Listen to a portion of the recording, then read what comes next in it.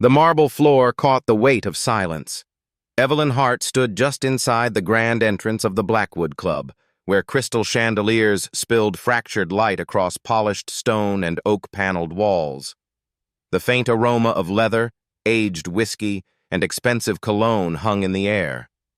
Behind her, the glass doors whispered shut, cutting off the noise of traffic and replacing it with a stillness so heavy it hummed. She looked composed, effortless even, her tailored navy silk blouse catching the soft glow of the chandeliers. Her posture was perfect, her bag resting lightly against her hip. Yet beneath her calm expression, her pulse measured every second that passed. At the reception desk, Bradley Cole adjusted his cufflinks deliberately, as if the gold carried weight. His suit was custom, his tie precisely knotted, his authority stitched into every inch of fabric. When he finally looked up, his gaze sharpened like glass. "Ma'am," he said, letting the words stretch, his tone measured for the listening ears scattered around the lobby. "This is a private establishment. Members only." Around them, the space shifted subtly. A couple at the bar paused mid-conversation. A woman in pristine tennis whites stilled her scrolling on her phone. An older man behind a crystal tumbler tilted his head slightly, pretending not to listen. Evelyn felt it, the unspoken judgment threading the air. She rested her hand on the strap of her bag and said evenly, "I understand. I am here for lunch." Bradley's expression did not change, though his voice softened into something practiced and sharp at once. He gestured gracefully toward the glass doors behind her. "There is a lovely cafe 2 blocks down," he offered, warmth reserved for someone else entirely. "Far more suitable for walk-ins." The words were coded in courtesy, but carried the blunt weight of dismissal. Evelyn held his gaze, unblinking, and let the silence breathe between them. Then, without a word, she glanced down at her phone as it vibrated. A text from Noah. "How's our new acquisition looking?" Her lips curved. Barely. Bradley did not notice. He could not yet know how fragile his authority had become. 15 minutes earlier, Evelyn's Tesla had rolled smoothly into the parking lot, settling between a vintage Porsche and a gleaming silver Mercedes. She checked her reflection in the rearview mirror, adjusted her pearl earrings, and smoothed the cuff of her blouse. Understated elegance. Measured confidence. This was supposed to be quiet. A simple lunch with her husband, yes, but also something more subtle. Noah's firm had purchased the Blackwood Club only 3 weeks ago, but ownership on paper was not the same as belonging in practice. Evelyn understood this better than most. She had spent 15 years as an attorney specializing in discrimination law, dissecting the soft edges of exclusion masked as standards. The Blackwood Club was older than the city itself, or so its members liked to claim. It lived in its mythology, in its oak portraits of unsmiling men who had written rules no longer printed but still obeyed. Culture was harder to buy than land. When she stepped through the glass doors, Bradley had watched her from behind the reception desk. He had assessed her in a glance. Clothes, bag, shoes, skin, an equation solved in less than a second. His polite smile never reached his eyes. Now, standing beneath his scrutiny, Evelyn watched him perform the choreography she had seen too many times before. The clipped tone, the assumption of authority, the practiced subtlety of exclusion sharp enough to cut, but soft enough to deny. Behind her, the doors opened again. A white couple entered, sunlit and laughing softly, flushed from the August heat. Bradley transformed in an instant. His posture relaxed, his smile deepened, his voice warmed. "Mr. and Mrs. Callahan," he said, stepping around the desk to greet them. "Your usual table is ready. The chef prepared the halibut you requested." They exchanged pleasantries before disappearing into the dining hall. Bradley returned to his desk without meeting Evelyn's eyes, his former warmth evaporating. "As I mentioned," he began, lowering his voice but maintaining its edge, "our members value privacy. If you cannot provide credentials—" "I am here on business," Evelyn interrupted softly, the precision of her tone deliberate. regarding the transition of ownership. A flicker crossed Bradley's face, brief but visible, before vanishing into his polished neutrality. By now, the room had shifted. A golf couple leaning on their bags had stopped pretending to check their scorecards. The older man at the bar stared openly now, his glass paused halfway to his lips. The tennis woman's phone screen had dimmed entirely. Evelyn noticed them noticing. She catalogued every glance, every shift in posture, every quiet act of alignment. 15 years of courtroom depositions had taught her where power lives, in silence, in whispers, in the performance of polite denial. "May I speak with management?" she asked, calm but direct. Bradley straightened, adjusting the gold pin on his lapel, his authority sharpening with the motion. "I am the general manager," he said, his voice pitched slightly louder, for the audience he knew he had gathered. "Membership matters fall under my purview." Her phone buzzed again. Another text from Noah. "Board arriving at 1. Excited to introduce you." She ignored it. Not yet. Instead, she scanned the lobby again, the measured choreography of privilege, the unspoken rules built into posture and gaze. Each detail mattered. Evelyn returned her focus to Bradley, her expression steady but unreadable. "Good," she said finally, her voice soft but cutting. "Then you are exactly the person I need to speak with." A faint crease formed at the corner of Bradley's jaw. Around them, someone shifted on a leather stool. The muted thud of golf shoes against marble carried in the silence. Bradley believed he had contained her, but the game had already shifted, and the rules he trusted no longer belonged to him. The minutes stretched, each one heavier than the last. A young staffer in a crisp white jacket emerged from a hallway, glanced at the exchange, then retreated quickly without a word. The message was silent but clear. Bradley controlled this lobby. He leaned forward slightly, lowering his voice for effect, the scent of his cologne settling in the charged air between them. "Ma'am," he said, quiet enough for only her to hear, "I have been patient. Without credentials, I must insist you leave." Evelyn's gaze did not waver. She stood motionless, neither conceding nor resisting, her stillness its own form of refusal. And then, very softly, she smiled. Bradley did not understand it yet, but something had shifted beneath his feet. Outside, beyond the towering glass, sunlight pressed against the manicured greens. Inside, in the hush of the Blackwood Club's lobby, judgment hung suspended, waiting for release. Evelyn slipped her phone back into her bag, straightened her shoulders, and took a single step closer to the reception desk. "I think," she said, her voice even, unshaken, "you should hold that thought." Because upstairs, in the private boardroom that Bradley had no access to, Noah's email had already landed. Her name was printed on the authorization letter, her title beneath it, copied to the full ownership transition team. And the next time she spoke in this lobby, she would not be asking for entry. She would be demanding answers. The quiet war had begun. The lobby was quieter now, but not calm. Bradley Cole stood behind the reception desk, his fingertips drumming lightly on the polished mahogany. He kept his gaze fixed on the tablet in front of him, pretending to scroll through reservations, though his thoughts tangled. Something about the woman unsettled him, not just her composure, but the weight behind her silence. He watched her cross the marble floor with unhurried grace, her heels clicking softly, deliberately. Evelyn Hart disappeared through the glass doors, and for the first time in 15 minutes, Bradley allowed himself to breathe. Good riddance, he thought. But his relief would not last long. Evelyn sat in her Tesla beneath the soft shade of an oak tree, the engine off, her phone in her lap.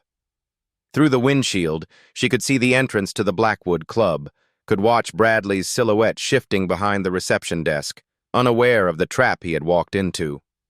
Her chest rose and fell steadily. The humiliation still burned, but only faintly now, like the afterimage of lightning. She breathed deep, pulling herself back into her center. 15 years of practicing law had taught her this. Anger alone never wins. Strategy does.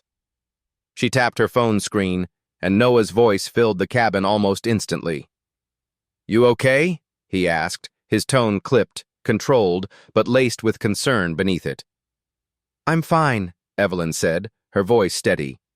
"But the club is not." "What happened?" "I walked into a test," she replied, watching Bradley hand brochures to a white-haired couple just arriving.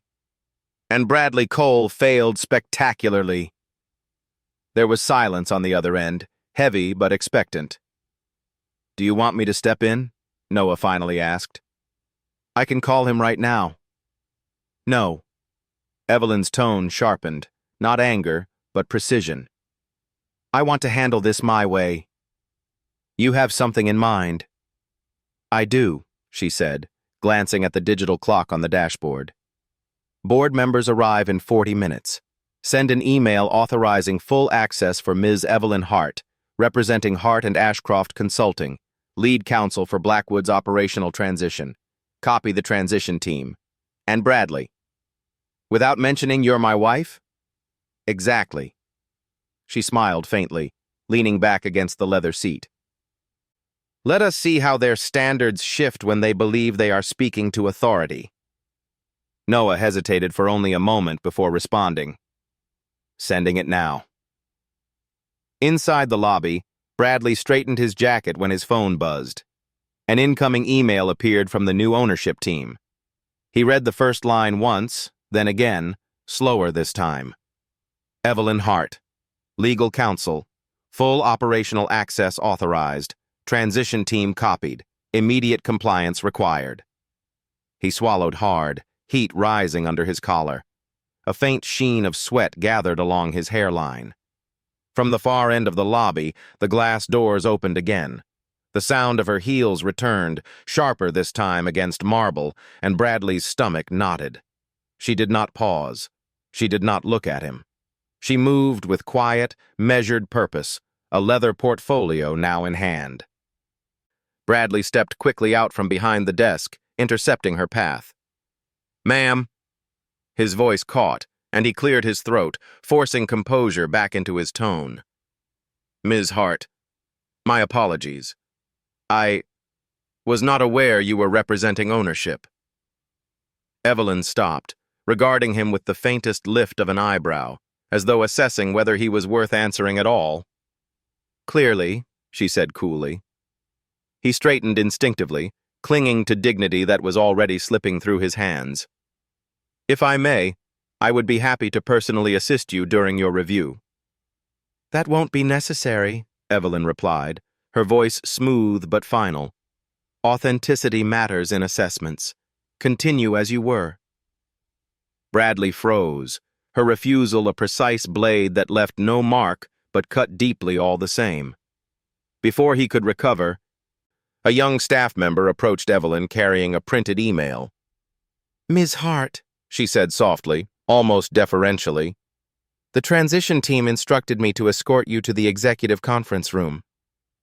Evelyn nodded once, her posture unchanged, and followed the staffer without looking back.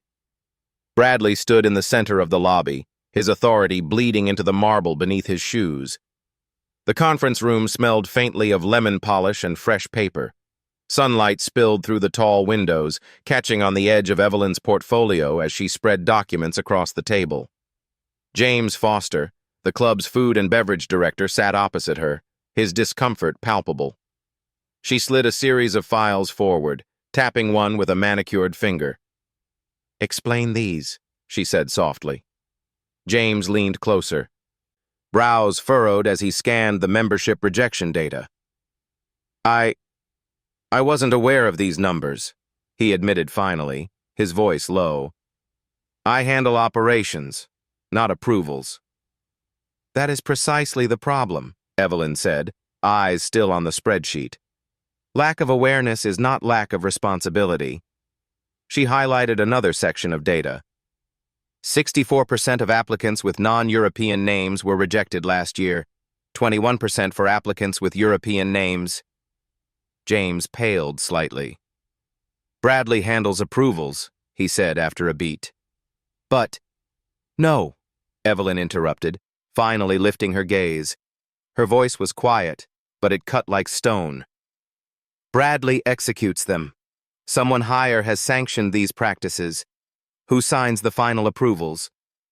James hesitated, his throat tightening. Thomas Blackwell, Regional Director. Evelyn made a note in her tablet without looking up. 20 minutes later, the door opened, and Thomas Blackwell entered as though the room belonged to him. Silver hair, bespoke suit, a subtle signet ring glinting under the overhead lights. He moved like a man accustomed to control, exuding the measured authority of someone who has rarely been challenged. Ms. Hart, he said smoothly, extending his hand. I understand you're conducting a review. An operational audit, she corrected softly, her handshake firm but brief. Blackwood has maintained its reputation for over 4 decades, Thomas said, lowering himself into the chair across from her. Exclusivity is our strength. We've never had complaints. Exclusivity based on professional merit is legal, Evelyn replied evenly, sliding the rejection data toward him. Exclusivity based on race, religion, or surname is not. His expression remained polite, but his jaw tightened almost imperceptibly. Perhaps we can resolve any misunderstandings privately, he offered. No need to escalate matters unnecessarily. Escalation is unnecessary when policies comply with federal law, Evelyn said without blinking. Thomas leaned back, studying her in silence for a long beat, before offering a smile that was more strategy than warmth. The board is arriving soon, he said, as though the weight of that fact would unsettle her. Evelyn merely checked her watch. Perfect timing. At precisely 1 o'clock, the glass doors of the Blackwood Club opened again. Noah Hart walked in, flanked by 3 board members. His charcoal suit was immaculate, his stride purposeful, his presence commanding without effort. A few members stopped mid-conversation as he passed, murmuring softly to each other. Bradley moved quickly, eager to intercept, his voice pitched high with forced cheer. Mr. Hart, welcome to Blackwood. We're honored to have... Noah nodded politely but walked past him without slowing. His gaze found Evelyn across the lobby. A small, warm smile tugged at his mouth as he crossed the room, ignoring Bradley entirely. There you are, he said softly, kissing her cheek. His hand settled naturally at the small of her back. How's the assessment going? Evelyn turned slowly, letting the silence carry across the lobby. Every eye was on them now. Productive, she said finally, her tone measured. But revealing. A ripple of understanding moved through the crowd as reality clicked into place. Bradley's color drained, his posture collapsing inward. Thomas's composure cracked for the first time, his polished mask thinning under the weight of what had just unfolded. Evelyn turned to face them fully. Gentlemen, she said, her voice calm but carrying through the space. Allow me to properly introduce myself. My name is Evelyn Hart, lead counsel for Hart and Ashcroft, and wife of Noah Hart. The silence that followed was deep enough to hear a glass set softly on wood at the far end of the bar. Bradley's throat bobbed, his apology forming but trapped behind his teeth. Thomas Blackwell's hand, resting on the edge of a leather chair, stilled completely. The balance of power had shifted, and they all felt it. The boardroom smelled faintly of polish and tension. Sunlight spilled across the long walnut table, glinting off crystal tumblers and stainless steel pens. The Blackwood Club's leadership had gathered. Bradley Cole, pale and restless, Thomas Blackwell seated with deliberate calm, James Foster attempting to disappear into his chair, and 3 silent board members leaning back, arms crossed, watching everything.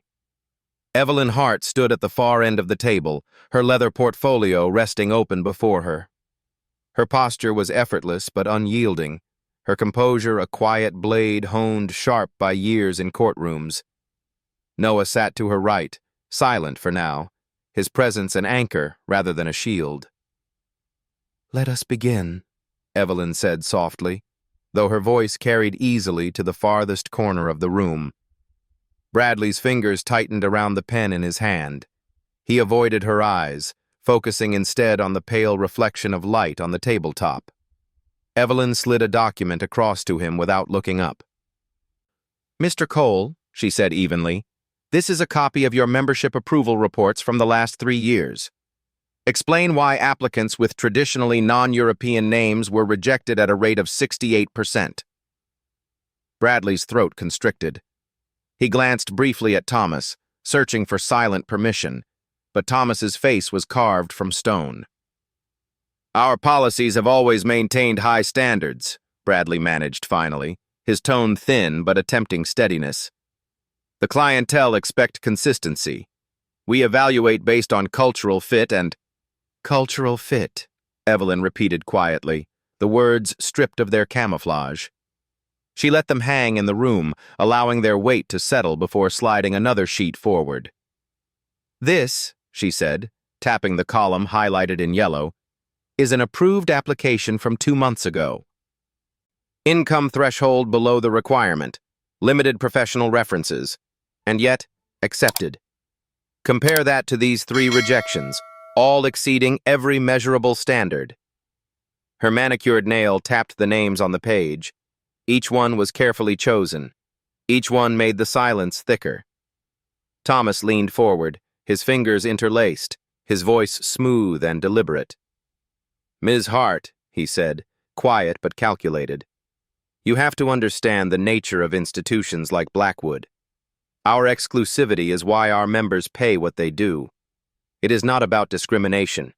It is about protecting a legacy, a culture." Evelyn's gaze shifted to him slowly, and for the first time, her tone cooled by a fraction. "Legacy does not exempt legality," she said, "and culture is not an excuse for policies that violate federal law." Her voice was steady, but there was no softness beneath it now. Thomas tilted back slightly, masking his discomfort with a practiced smirk. "I am suggesting we find a path forward that avoids unnecessary exposure." Evelyn closed the folder in front of her deliberately. "Exposure," she said, almost under her breath. Then louder, letting each word settle. "What you call exposure, I call evidence." Across the table, James Foster shifted uncomfortably, the clipboard in his lap trembling faintly against his knee. Evelyn turned her attention to him, her expression softening but not easing. "Mr. Foster," she said, "you were present during multiple membership reviews. Did you observe these discrepancies?" James hesitated, the pause heavy with conflict. His eyes flicked briefly to Bradley, then back to Evelyn. Finally, he spoke, voice low but audible. "Yes," he admitted. "I saw inconsistencies. I should have said something." Bradley turned sharply toward him, anger flashing across his face, but Evelyn held up a hand before he could speak. "Your acknowledgement is noted," she said, cutting cleanly through the tension. "Mr. Foster, your cooperation moving forward will be critical." A subtle tremor ran through the room, power, quietly shifting. Noah, silent until now, leaned forward, resting his forearms on the table. His voice was calm but firm, carrying the quiet authority of someone used to being heard. "When we acquired Blackwood," he said, "we expected resistance to change. That was anticipated. What was not anticipated were systemic policies that expose this organization to significant liability. Every board member in this room knows what that means." Patricia Lang, one of the seated directors, broke her silence for the first time. "We signed off on these policies based on assurances from management," she said sharply, her gaze shifting to Thomas. "Assurances that appear, at best, incomplete." Thomas clasped his hands tighter, his composure thinning under the growing weight. "We acted in good faith," he said smoothly, though the measured calm was cracking now. "Intent does not erase impact," Evelyn countered softly, and the stillness that followed made her words louder than any raised voice. A knock at the door broke the tension. A young assistant stepped in, her expression careful, posture tight. "Ms. Hart," she said, holding out a sealed envelope. "This just arrived from the transition team." Evelyn accepted it, sliding her finger beneath the edge, and scanned the first page quickly. "Preliminary audit findings," she announced, placing the document on the table where the club's leadership could see. The report glared back in stark numbers. Rejection rate of minority applicants, 64%. Approval rate of similarly qualified white applicants, 82%. Documented inconsistencies in policy enforcement, 47 separate instances. Evidence of intentional bias in written communications, 13 flagged emails. Evelyn let the silence work. She knew better than to fill it. It was Thomas who broke first. "This is incomplete data," he insisted, straightening his jacket. "These numbers lack context." "They have all the context they need," Evelyn said softly, without looking up. Bradley opened his mouth to speak, but Noah cut him off with a glance that silenced the room. Evelyn placed her hands on the edge of the table, leaning forward slightly, not aggressive, not loud, but immovable. "This club," she said, "operates under the name of tradition. But what you are calling tradition is exclusion dressed in polish. I do not care what you intended. I care what you enforced." She paused, letting each word burn before continuing. "Tomorrow morning, I am opening a full investigation into membership practices, hiring policies, and leadership oversight. Every policy, every file, every communication. If you cooperate, we will proceed internally. If you obstruct, this becomes public." Her tone never rose, but the room felt smaller. Thomas leaned back, his carefully constructed authority stripped bare. Bradley stared at the polished table as though answers might be carved into the grain. James sat rigid, his guilt exposed, but his relief growing beneath it. Outside the boardroom, the muted hum of conversation in the lobby felt distant, disconnected, as though another world entirely. Evelyn gathered her portfolio, sliding her documents back into place. "Mr. Blackwell," she said, pausing by the door, "your regional office will receive notice this afternoon. I recommend you prepare." Thomas's jaw clenched, but he said nothing. She turned slightly toward Bradley, her gaze steady, unreadable. "And Mr. Cole," she added, "we will revisit our earlier conversation soon." Bradley nodded faintly, his voice gone. Then Evelyn opened the door and stepped back into the marble hallway, the soft click of her heels echoing like punctuation. Outside, sunlight spilled through the lobby windows. Conversations stilled as she passed, staff exchanging subtle glances, members pausing mid-sentence. Some watched with curiosity, others unease. The balance of power had shifted, but the fight was only beginning. The sun outside the Blackwood Club burned against the marble facade, but inside the boardroom, the air had cooled into something heavier than silence.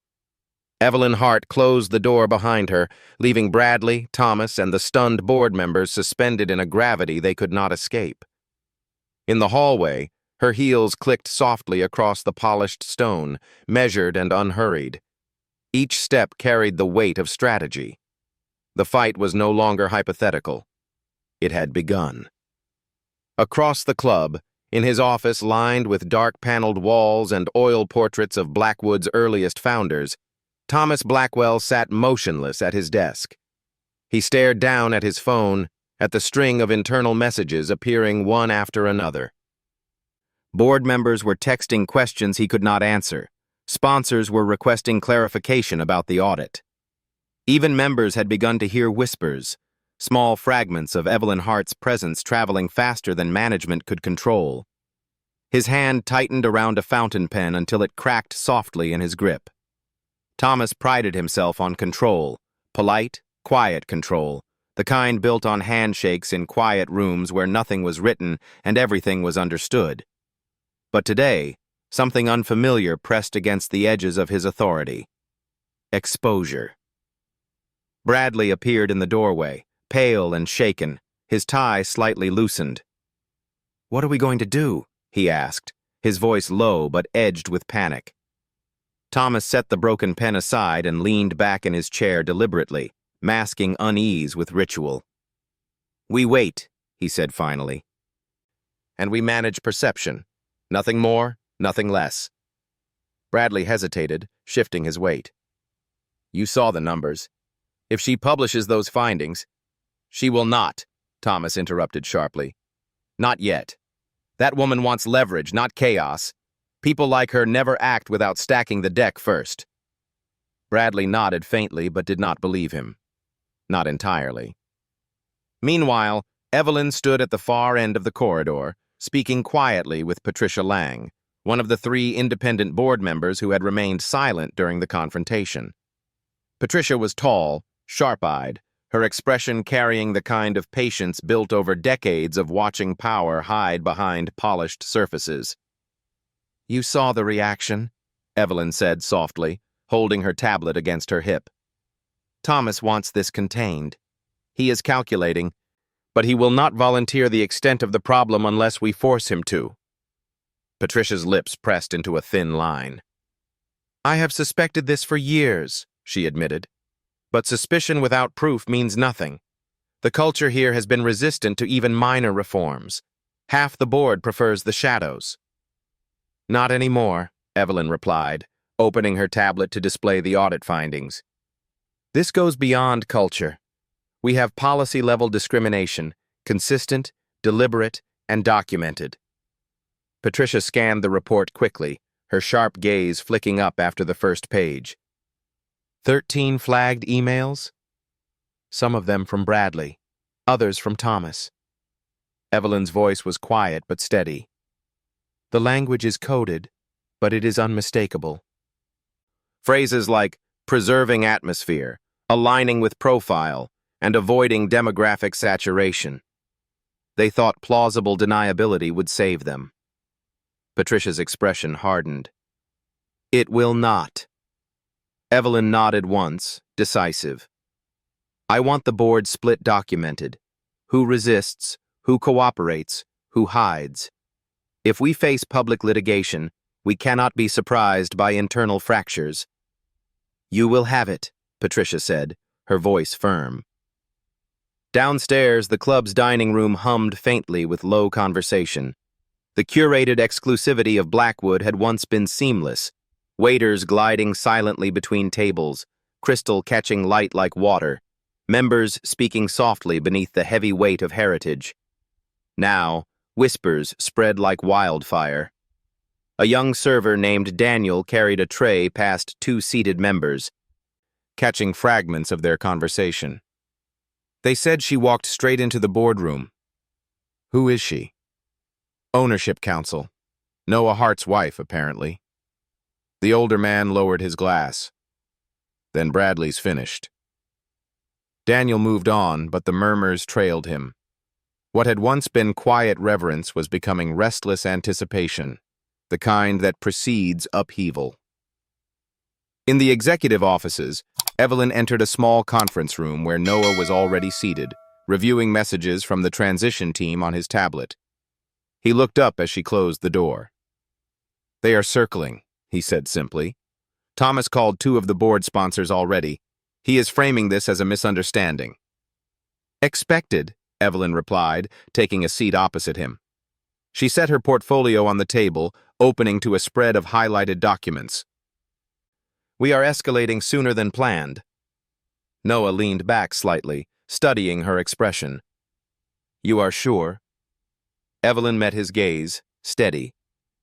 "They will bury this if we give them time. We control the narrative, or they will control it for us." Noah nodded slowly, knowing better than to argue when she carried that tone. "How far are you willing to take this?" "As far as it takes," she said. Minutes later, the club's leadership reconvened in the main conference hall. The mood was different now, not defensive, not open, but fractured. Evelyn stood at the head of the long table, portfolio closed, hands resting lightly on polished wood. "This will be brief," she said softly, though the hush in the room made her voice land like steel. "Beginning tomorrow morning, the Blackwood Club will undergo a full operational audit supervised directly by the ownership transition team." Thomas leaned back in his chair, folding his hands across his chest. "That is premature," he said, smooth as ever. "The board has not authorized an internal investigation." Evelyn turned her head slightly, regarding him without blinking. "Authorization," she said evenly, "was signed this morning." She slid a single-page document across the table toward him, the official directive carrying the signatures of 3 board sponsors and Noah Hart himself. Thomas hesitated, just briefly enough for everyone to notice, before forcing a neutral expression. "You are overreaching." "No," Evelyn said softly, but there was an edge beneath it now. "You have been." Across the table, Bradley shifted in his seat, voice breaking slightly as he spoke for the first time. "What happens to us?" he asked. Evelyn turned her gaze on him, calm but unrelenting. "That depends on how transparent you are willing to be. I am less interested in punishment than in patterns. If you cooperate, you may have a place in the transition. If you obstruct, you will not." He nodded once, barely, relief and shame warring in his expression. Patricia Lang cleared her throat, speaking into the silence that followed. "The sponsors will support the investigation," she said, looking deliberately toward the 2 silent board members seated to Thomas's right. "But if Blackwell Enterprises attempts to interfere, ownership will have grounds to pursue litigation against the previous regional management." Thomas's jaw tightened, but he said nothing. Evelyn gathered her documents without haste, sliding them into her leather portfolio. "This is not about humiliating anyone," she said, pausing deliberately before continuing. "This is about dismantling systems that hide behind polish and reputation." She let the silence stretch, meeting each gaze in turn before walking toward the door. "Tomorrow," she added without turning back, "the old rules end." Outside the conference hall, the quiet of the hallway returned, heavy and deliberate. Evelyn stopped briefly at the tall windows overlooking the manicured greens, where a group of members laughed near the first tee. From here, the world looked unchanged. Sunlight, golf carts, curated perfection. But she knew better. The foundations beneath the Blackwood Club were shifting, and by the time they settled, nothing would stand the same way again. The quiet war had moved into open ground. The next morning, the Blackwood Club woke to an unfamiliar rhythm. The sunlight still spilled across the manicured greens, the servers still polished silver cutlery until it gleamed, and the valet still lined up luxury cars beneath the portico. But beneath the surface, unease rippled like a quiet current. By 7:30 a.m., Evelyn Hart arrived at the club flanked by 2 auditors from the transition team and Patricia Lang, her heels striking the marble floor with measured purpose. The once invisible authority had become visible now, her presence commanding without a single raised word. As she stepped into the executive wing, the air changed. Conversations muted. Doors half closed. People moved quickly without seeming to. Today, the quiet war would turn into open confrontation. Bradley Cole sat at his desk, pale and drawn, staring at the login screen of his computer. He had barely slept, replaying yesterday's humiliation on an endless loop. Every email he had ever sent felt like a loaded weapon pointing backward at him. James Foster stood nearby, shifting from one foot to the other, his clipboard clutched tightly against his chest. He had been summoned to assist the auditors, but his loyalty was torn, split between his survival instinct and the pressure of years spent keeping his head down. "James," Bradley said, his voice hoarse. "How bad is it?" James hesitated, his eyes flicking toward the closed door of Evelyn's temporary office. "You saw the numbers," he said finally. "They're not going to ignore them. This isn't going away." Bradley leaned forward, pressing his palms into the polished desk until the wood creaked faintly. If they find those threads... He stopped himself. His breath caught. James frowned. What threads? Bradley said nothing, but his silence answered for him. Inside the conference room, Evelyn studied the first set of recovered documents. Her tablet glowed softly in the dim light, a spreadsheet open on the screen. The audit had revealed a hidden subdirectory on Blackwood's servers, a buried folder labeled innocuously as Historical Guidelines. Within it, dozens of PDFs and archived emails stretched back nearly a decade. The auditors had flagged them immediately. One document in particular lay open in front of her, a membership approval memo authored by Thomas Blackwell 3 years prior. To maintain the Blackwood standard, applicant demographics must reflect the club's founding profile. Prioritize cultural alignment when selecting candidates. Avoid diluting the heritage.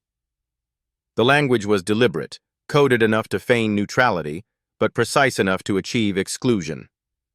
Patricia Lang leaned over Evelyn's shoulder, scanning the page in silence before speaking. He signed this himself.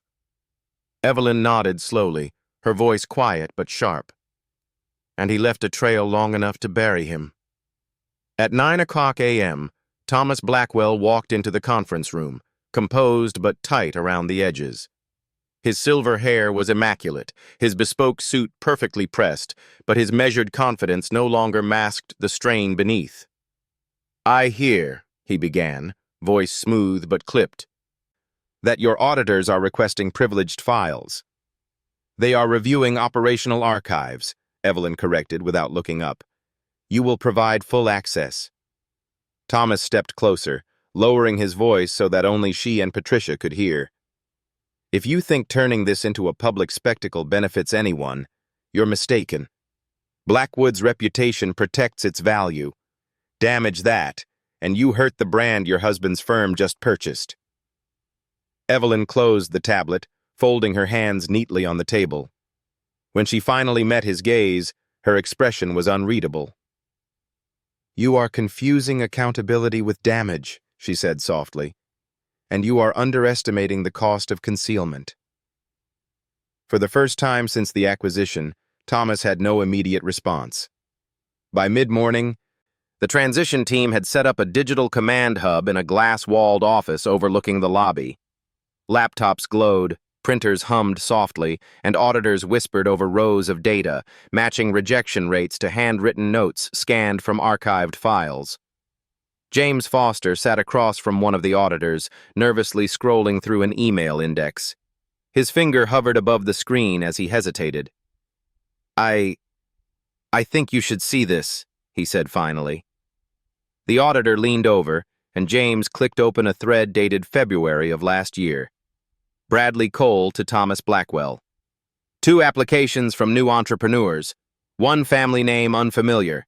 Advising decline based on atmosphere alignment. Thomas Blackwell replied an hour later, "Agreed. Push through Callahan referral instead. Keep optics consistent. Do not flag rationale in file." The auditor's pen stopped moving.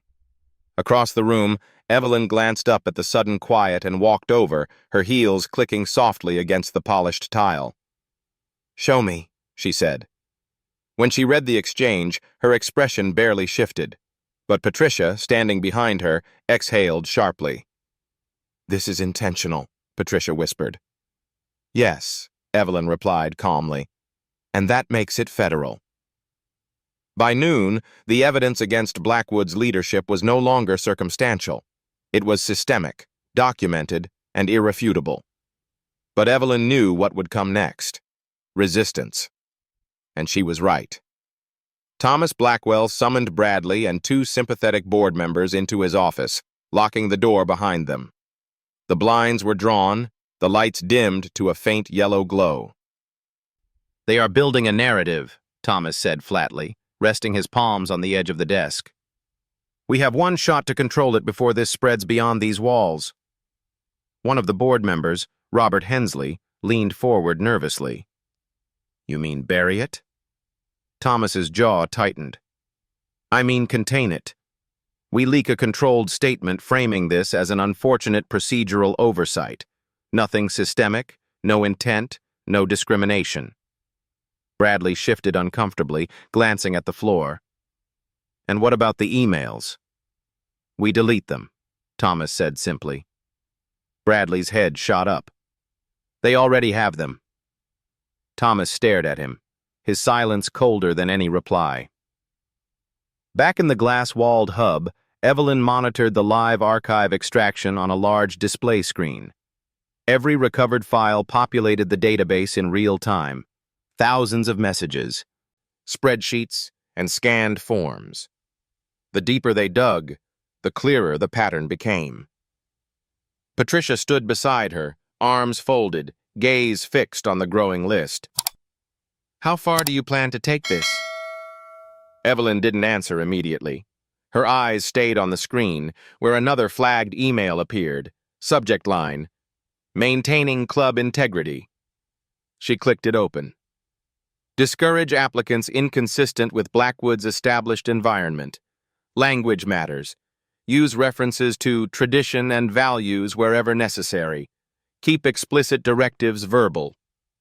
It was signed by Thomas Blackwell. Evelyn leaned back slightly, setting the tablet down with quiet precision.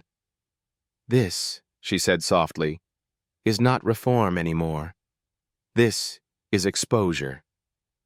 Patricia turned to her, eyes narrowing slightly. And Thomas? Evelyn's jaw set. Thomas thinks he understands power. He is about to learn visibility. At 1:00 p.m., Evelyn walked into the main dining room where a dozen members sat beneath portraits of Blackwood's founding benefactors. Conversations fell silent as she entered. Some members avoided her gaze entirely. Others watched with quiet curiosity, sensing change but unsure where it would land. She paused briefly, letting the silence settle before speaking softly to one of the auditors trailing behind her. Document everything, she said, her voice measured. The policies, the service patterns, the dining room access logs. The auditor nodded, tapping notes into a tablet. Bradley stood near the far wall, posture stiff, pretending to review reservations while sneaking glances at Evelyn.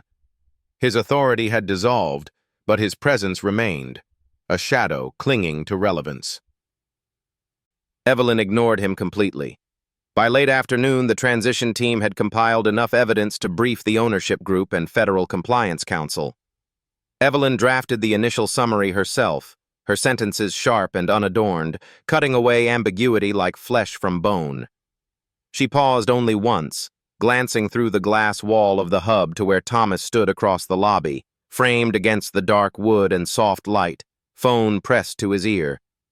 Even from here, she could see the tightening of his jaw, the way his hand gripped the edge of the reception desk, as if anchoring himself against a storm. The storm had already arrived, and Evelyn Hart was standing at its center. The storm broke in silence. By morning, the Blackwood Club's old guard had gathered in the executive boardroom for what Thomas Blackwell called an emergency strategy session. Evelyn Hart arrived 5 minutes later, flanked by 2 auditors and Patricia Lang. She walked without hurry, her heels tapping faintly against the polished marble. The walls of the boardroom were lined with oil portraits of Blackwood's founding patrons, their pale, unsmiling faces staring down at the gathering below as though judging the intrusion. It was a deliberate design, a visual reminder of legacy, one Thomas had always counted on to intimidate newcomers. But Evelyn did not even glance at them. She stopped at the head of the table, setting down her leather portfolio with quiet precision, and let the silence breathe until the room adjusted around her presence. Thomas spoke first. Before we begin, he said smoothly, folding his hands, I want it on record that Hart and Ashcroft's methods here are highly irregular. Seizing operational control without consulting senior management undermines the stability of this organization. Evelyn met his gaze, unblinking. What undermines stability, she said softly, is systemic discrimination concealed behind coded policies. Thomas gave a measured smile. Strong words, Ms. Hart, but words alone do not prove intent. Evelyn opened her portfolio and slid a printed email across the table toward him. Then let us discuss intent. The email bore Thomas's signature, dated 18 months prior. Discourage applicants inconsistent with Blackwood's established environment. Language matters. Use references to tradition and values where necessary. Keep explicit directives verbal. The silence that followed was almost heavy enough to hear. Patricia Lang leaned forward, her pen resting lightly against the table. "That is your instruction," she said plainly. Thomas did not flinch. "Context matters." "Yes," Evelyn replied evenly, "and we will provide plenty." Across the table, Bradley Cole shifted uncomfortably, his tie loosened, his shoulders tight. He had avoided Evelyn's gaze since entering the room, but now she turned directly toward him. "Mr. Cole," she said, voice even, "you executed these policies. Were you aware they violated federal law?" Bradley swallowed hard, his Adam's apple shifting visibly. I followed directives from regional management," he said finally, his tone thin but steady. Evelyn leaned back slightly, her expression unreadable. "And yet, on February 12th, you emailed Mr. Blackwell recommending rejection of 2 applicants based on atmosphere alignment." She let the phrase linger, sharp as glass. "Those applicants exceeded every published membership requirement." Bradley's lips parted slightly, but no words came. Patricia's pen tapped once against the polished walnut table. "It is on record now," she said softly. Thomas's jaw tightened, but he recovered quickly, leaning forward with his elbows on the table. "This institution thrives on exclusivity," he said, letting his voice deepen, resonate. "We are not a public park. We are not obligated to cater to anyone who can pay.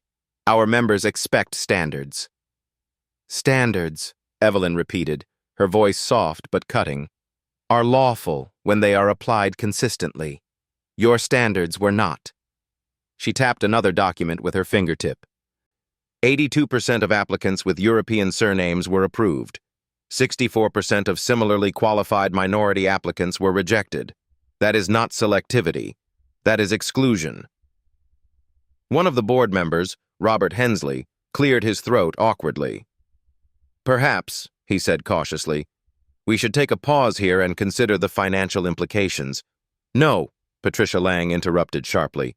"Financial risk is exactly why we cannot pause. The longer we hesitate, the more exposure we face." Her gaze shifted deliberately toward Thomas. "You have created liability that threatens every sponsor tied to this institution." The words fractured the room. One of the auditors leaned toward Evelyn and whispered something. She nodded once, then turned back to the table. "I am issuing a formal directive," she said, her voice steady but carrying force. "Effective immediately, the ownership transition team assumes authority over membership approvals, service protocols, and all staff compliance processes. Blackwood Club's operational policies will be frozen pending a full review." Thomas's composure finally cracked. He sat straighter, his voice rising slightly for the first time. "You cannot strip governance without a vote." "You lost that vote this morning," Evelyn replied calmly, sliding another document across the table. 3 sponsors signed a resolution authorizing direct intervention. You may review it, but you will not stop it. He scanned the page quickly, and the faint tremor in his hand betrayed him. For the first time, Bradley spoke without being asked, his voice quiet, almost broken. "What happens now?" Evelyn looked at him, her expression softening slightly, though her tone remained precise. "Transparency," she said. "Full cooperation will allow the transition team to determine your future role. Continued obstruction." She let the pause linger until the weight of it filled the space. "Will not." Bradley nodded faintly, sinking back into his chair. Thomas leaned back, folding his arms across his chest, his silence now deliberate. A withdrawal, not surrender. Evelyn noted it without acknowledgement. After the meeting, Evelyn walked with Patricia down the corridor toward the glass-walled transition hub. Outside the tall windows, a line of golf carts glided slowly across the greens, their wheels silent on manicured grass. "They will fight harder now," Patricia said softly, matching Evelyn's stride. "Yes," Evelyn replied, her eyes focused ahead. "Because they know they are losing."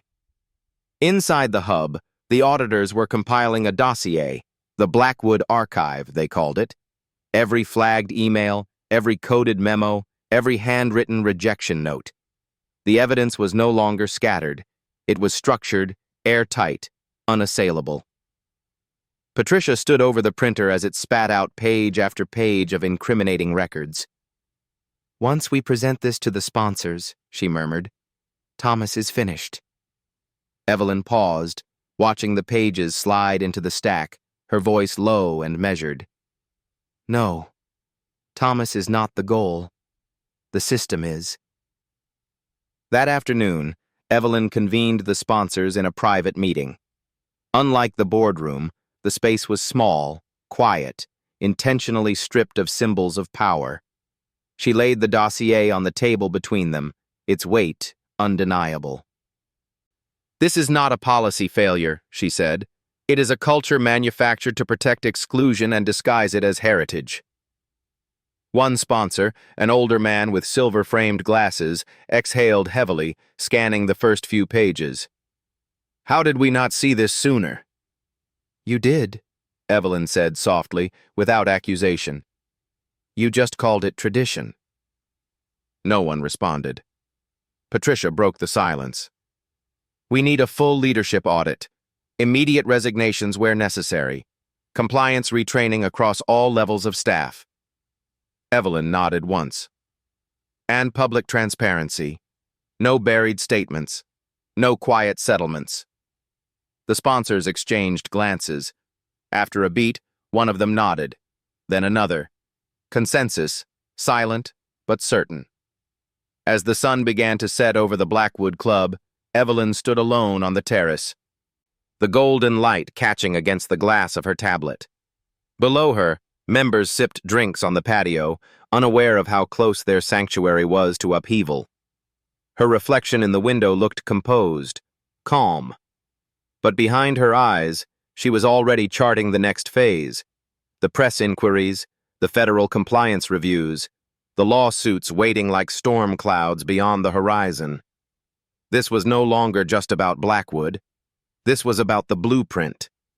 And Evelyn Hart intended to rewrite it. The story broke at dawn. Evelyn Hart woke to the vibration of her phone on the nightstand, the soft buzz splitting the stillness of her hotel suite. She sat up slowly, hair falling loose around her shoulders, and reached for the device. Blackwood Club, under federal review for discriminatory practices. The headline blazed across the business section of the Chronicle. Beneath it, her own name appeared. Lead counsel Evelyn Hart spearheads internal audit following newly surfaced documents. She stared at the article in silence for a moment, her thumb hovering above the screen. The exposure had begun sooner than planned. In the distance, just beyond the terrace doors, the early sunlight crept over the city skyline. Below it, Blackwood's curated world still carried on, at least for now. At the club, chaos simmered beneath polished surfaces. The lobby still gleamed. The waitstaff still moved with quiet precision. But the hum of whispers filled the air, carried in fragments between members. "They went federal. I heard Thomas is finished. Bradley's gone by the end of the week, guaranteed." Staff members stole glances at one another, sensing change without fully understanding its scope. The tension was everywhere, in the clipped pace of the servers, the restless tapping of keyboards, the sharp exchanges behind half-closed office doors. Inside his corner office, Thomas Blackwell slammed the newspaper down against his desk, the ink smudging faintly beneath his hand. "Who leaked it?" he demanded. Bradley Cole, standing stiffly near the door, said nothing. His shoulders hunched, his tie loose, His authority evaporated. Thomas turned sharply toward him. Who had access to those emails? To the audit report? Bradley swallowed hard. The transition team, he said finally. And Patricia Lang. Lang, Thomas muttered under his breath, his jaw tightening. Bradley hesitated, then asked quietly, "What do we do now?" Thomas looked out the window, his silver reflection faint in the glass. The perfectly manicured greens below stretched toward the horizon, fragile symbols of control. "We fight," he said, "but not where they expect it." By mid-morning, Evelyn stood inside the glass-walled transition hub, reviewing the incoming media requests piling into her inbox. 15 outlets, an auditor reported quietly. Local business papers, 2 national networks, and an industry publication asking for statements. Evelyn scrolled through them one by one without reacting. She tapped her pen softly against her portfolio, her stillness a counterpoint to the surrounding urgency. Patricia Lang entered moments later, her expression unreadable, a folded copy of the Chronicle in her hand. "This accelerates the timeline," Patricia said. "I know," Evelyn replied without looking up. Patricia placed the newspaper on the table. "The sponsors are panicking. 2 of them want to issue a denial." "No," Evelyn said, her tone soft but final. "Denials without transparency always collapse. If they fracture, we fracture with them." Patricia leaned against the edge of the desk, studying her. "Thomas will weaponize this. He'll frame it as overreach." "He already has," Evelyn said, scrolling through a fresh set of alerts on her tablet. "He's circulating talking points to sympathetic members." She turned the tablet toward Patricia, revealing an email forwarded anonymously from a staffer. "Hart's transition team intends to dismantle Blackwood's heritage. Sponsors sold us out. Speak with unified voice. Protect the culture." Patricia's jaw tightened. "He's rallying his base." "Good," Evelyn said simply, sliding the tablet aside. "That means he is afraid." At noon, Evelyn convened the ownership sponsors in the small conference room on the top floor, deliberately choosing the same understated space where she had confronted them before. The sponsors sat tense, the weight of exposure heavy on their expressions. "We control the narrative, or Thomas will," Evelyn began, her voice calm but carrying through the quiet room. "There are 3 paths forward: suppression, denial, or transparency. 2 of those paths end in lawsuits we will lose." One sponsor, Robert Hensley, spoke first. "Transparency invites litigation, too." Evelyn nodded once. "So does hiding evidence once it is public. The only distinction now is whether we appear complicit or corrective." Patricia Lang leaned forward, hands folded neatly on the table. "If we resist this, federal investigators will frame us as obstructionist." Another sponsor, a woman named Claire Monroe, exhaled sharply. "So we let her destroy the club's reputation?" Evelyn's gaze shifted to her, calm but cutting. "I am not destroying it, Ms. Monroe. I am saving what can still be saved." Silence followed, deep and steady. Meanwhile, in Thomas's office, retaliation began to take shape. He leaned across his desk, speaking quietly into the phone. "I want every file," he said. "Every operational policy, every email, anything that predates Hart's transition team." A pause. Then, "No. Do not send it electronically. Bring it here. Physical copies only." Bradley sat across from him, pale but alert now, sensing something dangerous brewing beneath the surface. "What are you doing?" he asked cautiously. Thomas ended the call and leaned back, folding his hands in front of him. "Hart believes visibility is her weapon. That is her weakness. She wants this in the open. We will make it impossible for her to control the story." Bradley frowned, confused. "How?" Thomas smiled faintly, though his eyes were cold. "Selective exposure. We leak pieces, not the whole. Just enough to shape perception before she can frame the narrative. Bradley hesitated. If this backfires... It will not, Thomas said, cutting him off, because she is playing defense now. But Thomas was wrong. Evelyn was not defending anything. She was preparing her next strike. That afternoon, Evelyn gathered her auditors in the glass-walled hub. The room glowed faintly in the late sunlight, rows of open laptops reflecting columns of flagged names and red-highlighted emails. We're close, one auditor said quietly. The archive structure is deeper than we thought. There's an encrypted directory tied to Bradley's old credentials. Evelyn looked up sharply. Access it. It is password protected. Patricia crossed her arms. Can we bypass it? Yes, the auditor said carefully. But we need time. If we force it, the system flags an internal alert. Evelyn considered this, her fingers resting lightly on the table's edge. Do it anyway, she said finally. Thomas already knows we are in the archives. Let him see we are willing to go deeper than he expected. By evening, the encrypted files unlocked, revealing the hidden archive Evelyn had suspected existed all along. Inside were hand-scanned membership applications annotated in ink, rejection notes in shorthand, and private correspondence between Thomas and former board members. One page stopped her cold, a handwritten note in Thomas's looping script. Maintain founding ratios. Avoid demographic saturation at all costs. Patricia stared at it, silent for a moment, then whispered, This ends him. Evelyn set the page aside gently, her face unreadable. This, she said softly, ends more than him. At sunset, Evelyn stood on the terrace overlooking the club's pristine lawns. A soft breeze carried the faint scent of jasmine, mingling with the murmurs of members gathered below, unaware of the storm unfolding above them. Thomas Blackwell believed he still controlled the game. He did not see yet that the rules had changed. Tomorrow, the sponsors would vote on his future. And by the time the board met again, the Blackwood Club's carefully constructed mythology would begin to unravel in full view of the public. For the first time, Evelyn allowed herself to breathe. The fight was no longer about entrance. It was about rewriting who held the keys. The vote began in silence. Morning light spilled across the long walnut table in the Blackwood Club's grand boardroom, pooling over documents and untouched glasses of water.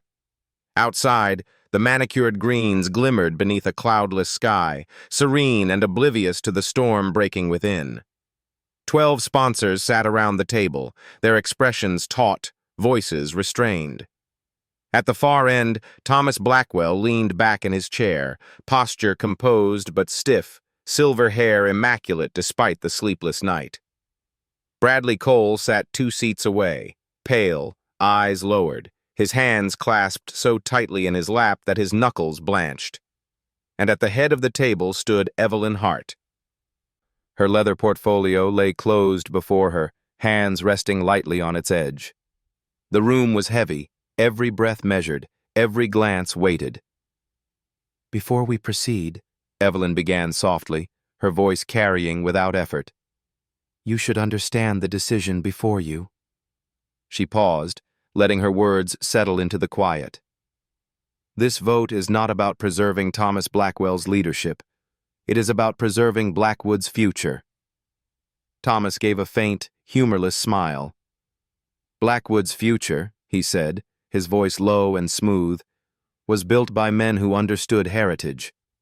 You are dismantling that heritage brick by brick. No, Evelyn replied, her tone calm but final. I am exposing what you have built on top of it. Patricia Lang, seated halfway down the table, cleared her throat softly. The sponsors have reviewed the evidence, she said, lifting a stack of printed documents from the table. The archives confirm what the audit already proved. These were not isolated incidents. The patterns were deliberate, consistent, and sustained across leadership. A murmur rippled across the room, subdued but restless. Robert Hensley, one of Thomas's longtime allies, shifted forward in his seat. "Tradition is not a crime," he said carefully. "Blackwood's exclusivity is why our members pay what they do. Our brand is built on selectivity." "Selectivity," Evelyn said, her gaze steady, "requires fairness. What you have built is gatekeeping, designed to enforce demographics, not standards." She slid a single page across the polished table. "Maintain founding ratios. Avoid demographic saturation at all costs." The handwritten directive sat beneath Thomas Blackwell's signature, dated 2 years ago. Robert's shoulders stiffened as the reality sank deeper.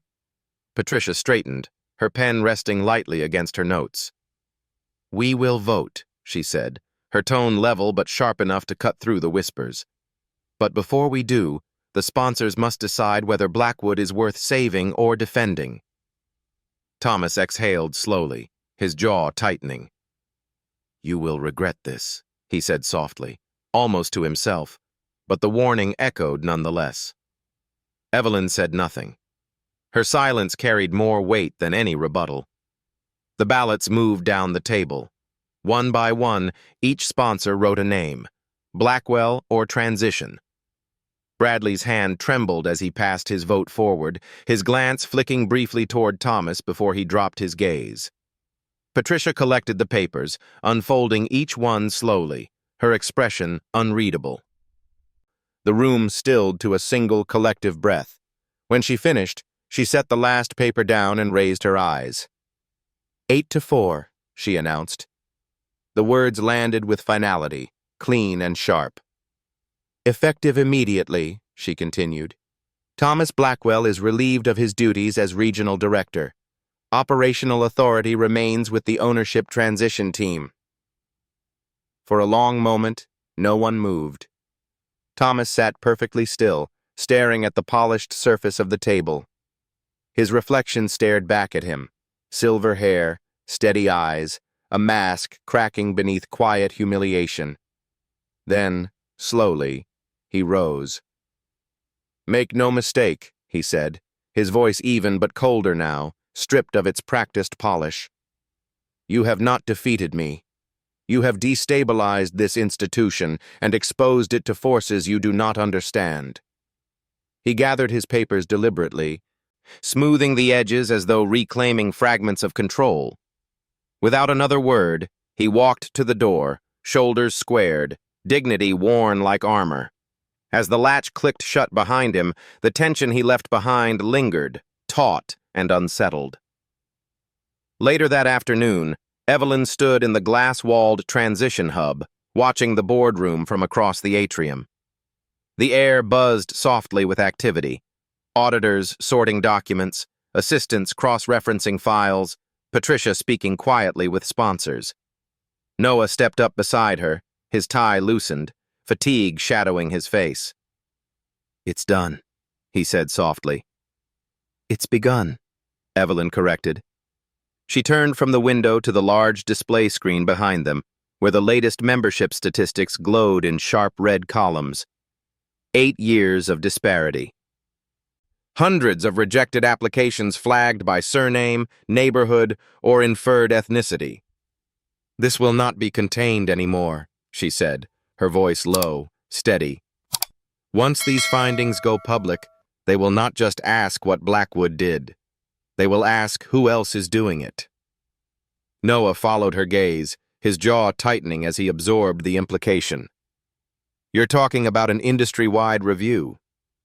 Evelyn nodded once. "This is bigger than Blackwood now." But Thomas Blackwell had not gone quietly.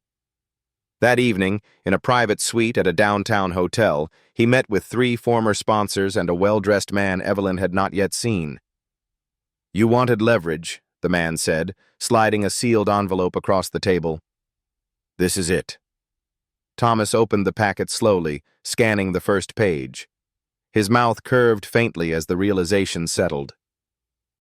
"This," he murmured, "changes everything."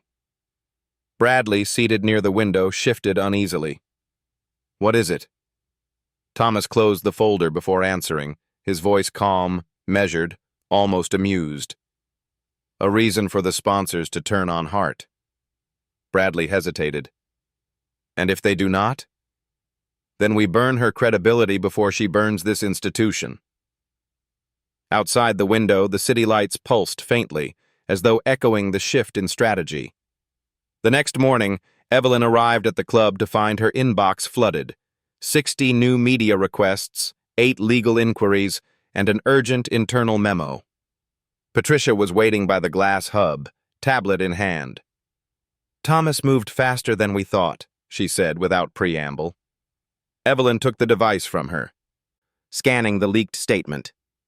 Recent transitions have compromised Blackwood's traditions and destabilized leadership. Hart's agenda risks dismantling a legacy built over generations.